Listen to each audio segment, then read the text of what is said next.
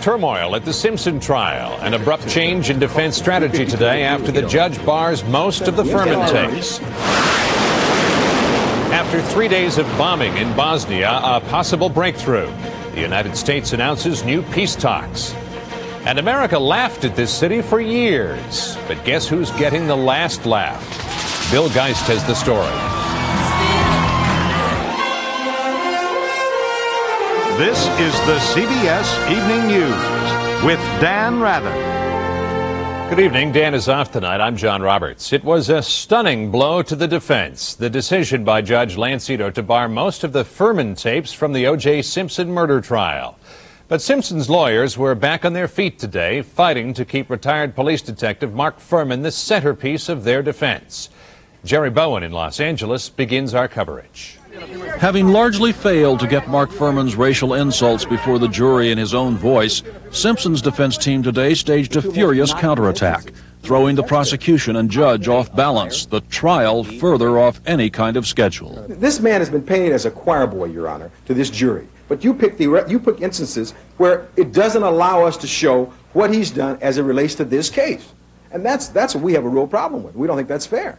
Cochran promised a challenge of the decision. Other defense attorneys tried another door to get the Furman tapes on the record. We believe that the court should reopen the suppression issue.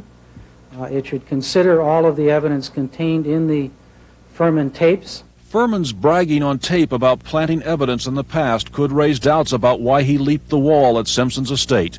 Simpson's attorneys argue that should make all the evidence collected there inadmissible. Mark Furman regaled his audience with tales of how he liked to take niggers into the alley and hit them with a baton. And if most of the tapes won't be heard, F. Lee Bailey said there are other witnesses to tell the story. The prosecution was expecting screenwriter Laura McKinney today. The defense offered everyone but. And finally, we have Dr.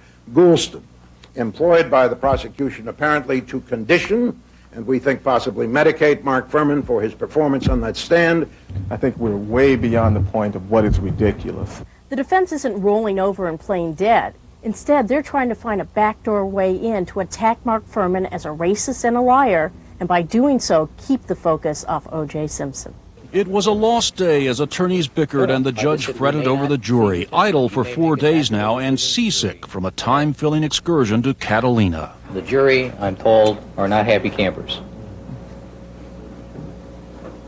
Apparently they came back from Catalina barking at the seals. But at the end of this scheduled half-day, Judge Ito could offer only his apologies. I don't want to be overly dramatic about this with you, but I want you to know that it pains me deeply to know that you're there and that we're not accomplishing things, and it seems to you that we're not moving forward.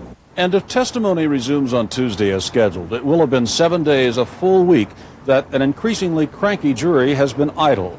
This morning alone, the jurors sent a half-dozen messages to Judge Ito saying they were tired of being kept on ice.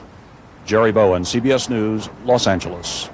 African-American leaders in Los Angeles insisted today that the Furman tapes are indeed relevant to the Simpson trial, and they said they're outraged by the decision to keep most of the tapes out.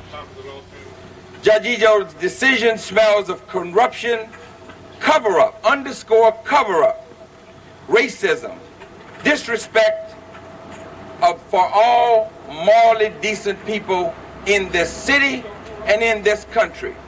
That's some of the reaction to the Furman tapes outside the courtroom, but how did they play inside? Writer Dominic Dunn of Vanity Fair magazine joins us again tonight as our expert witness.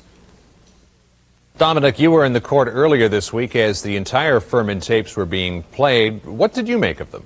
I think the cumulative effect of listening to the 42 uses of the N-word was simply devastating in that courtroom.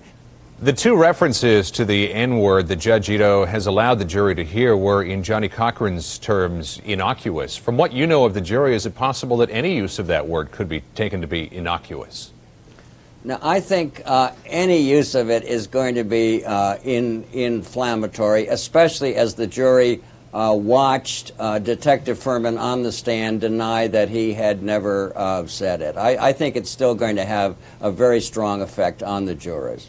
What kind of shape is the jury in at this point, Dominic Dunn? Judge Lancito this morning during